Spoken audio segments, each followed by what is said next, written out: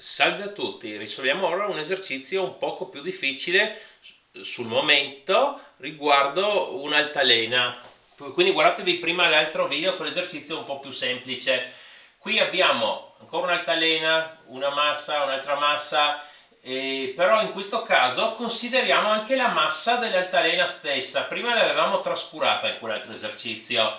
È la massa dell'altalena dove agisce nel baricentro, che si trova nel centro, se chiaramente questa altalena è omogenea, ma diciamo che lo è. E agisce esattamente nel centro. Qui è sorretta in un punto, la lunghezza è A, un certo valore A che in realtà non conosciamo, però poi vedremo che non è importante. È importante invece la proporzione, che è da qui il punto dove è sorretta fino a qua, abbiamo 2 quinti di A. Poi qui P è il resto, e Q sarebbe la distanza tra il punto dove c'è il sostegno e il centro dell'altalena dove agisce la forza peso.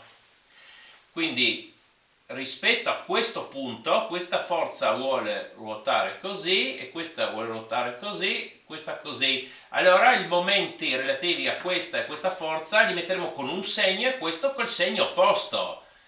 Diciamo che questo momento lo chiamo M, semplicemente questo M2, questi li mettiamo col più e questo M1 lo mettiamo col meno. Potremmo fare anche l'inverso, non è importante, basta che tutti quelli che ruotano in un verso hanno un segno e tutti gli altri l'opposto. Vabbè, conosciamo M1 40 kg, M2 25 kg, ci chiediamo quanto è la massa, quanto deve essere la massa dell'altalena in modo che tutto stia in equilibrio. Allora, questa lunghezza P è A meno 2 quinti di A. Qui sarebbe come dire 1A, quindi 1 è 5 quinti. Perché metto 5 quinti? In modo da calcolare 5 quinti meno 2 quinti, è 3 quinti di A. Vabbè, che potremmo anche capirlo intuitivamente, questo è 2 quinti di A, allora questo è 3 quinti di A. Ci interessa ancora questo Q, che invece è meno intuitivo, e allora qui abbiamo la metà di A e Q va fino a qui dove c'è il sostegno, quindi Q è un mezzo A meno 2 quinti A. Dobbiamo mettere il denominatore comune che è 10, 2 nel 10 va 5 volte, 5 per 1 è 5, 5 nel 10 va 2 volte, 2 per 2 è 4. Quindi abbiamo 5 decimi di A meno 4 decimi di A, un decimo di A, Q è un decimo di A. Ho appena detto che questo momento relativo a questa forza li mettiamo col più e questo lo mettiamo col meno. Allora M è quello relativo al peso dell'altalena stessa, qui FG. FG ha braccio proprio questo Q che abbiamo calcolato che è un decimo di A. FG2 ha come braccio questo P che abbiamo calcolato che è 3 quinti di A e FG1 come braccio 2 quinti di A. Vediamo che A si semplifica.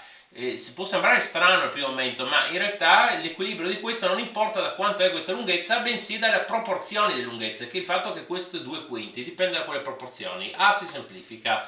Poi Fg è uguale a m per g, peso e massa per accelerazione gravitazionale, Fg2 m2 per g, Fg1 m1 per g, e vediamo se si semplifica anche g. Adesso qua per eliminare le frazioni moltiplico tutto con 10, questo 10 va via con questo 10 e qui ho m. Qua posso fare 10 diviso 5 2, 2 per 3 fa 6, 6m2, 10 diviso 5 fa 2, 2 per 2 fa 4, meno 4m1 è uguale a 0. Adesso questi due termini li porto dall'altra parte, m è 4m1 meno 6m2, metto dentro i valori, 4 per 40 kg meno 6 per 25 kg, e insomma faccio il calcolo e trovo 10 kg. Va bene, l'ho risolto. Per favore mettete un mi piace e iscrivetevi, grazie.